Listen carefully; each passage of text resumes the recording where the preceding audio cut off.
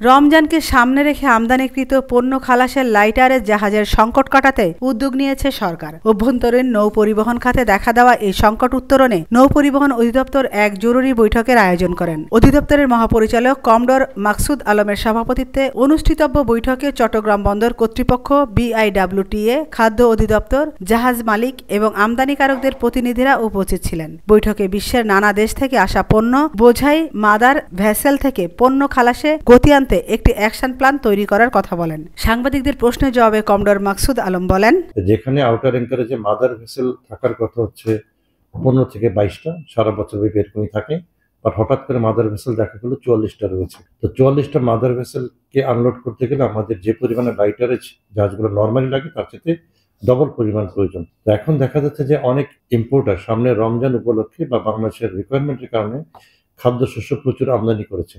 এখানে একটি বেশি প্রণোদনযোগ্য যে সরকার বিভিন্ন খাদ্য আমদানির উপরে শুল্ক কিছু কিছু ক্ষেত্রে প্রত্যাহার করেছে। এটাও হয়তো বা যারা ইম্পোর্টার তাদেরকে একটা প্রণোদনা জুগিয়েছে যে তারা অনেক ইম্পোর্ট করছে। কিন্তু ইম্পোর্টের পরিমাণটা একেবারে ডাবল হয়ে যাওয়ায় আমাদের লাইটারের সংকট দেখা গিয়েছে।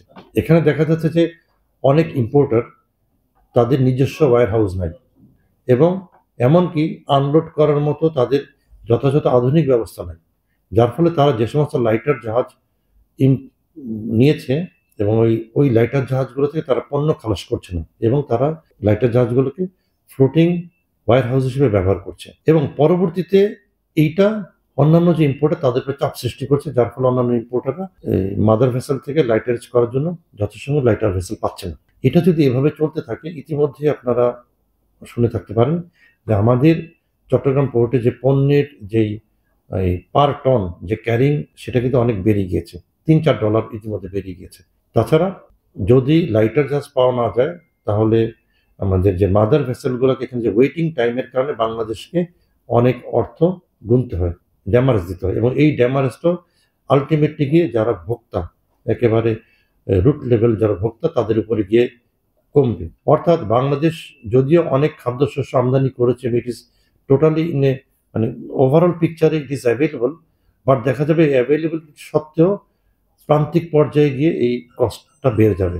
কারণ হচ্ছে আমাদের ওই লাইটার জাহাজ দিয়ে পণ্য পরিবহন যে দেরি হয়ে থাকে। তো আমরা আগামীকাল থেকে কঠোরভাবে মোবাইল কোড পরিচালনা করব এবং এই মোবাইল কোড যারা আমদানিকারক এবং অবৈধভাবে লাইটার জাহাজকে বিভিন্ন পয়েন্টে আটকে রেখেছেন, এটা বেসিক্যালি তাদের বিপরীতে আমরা এটা করব এবং আইনের আওতায় নিয়ে আসবো। আমেনা ইসলাম, আজকের সংবাদ।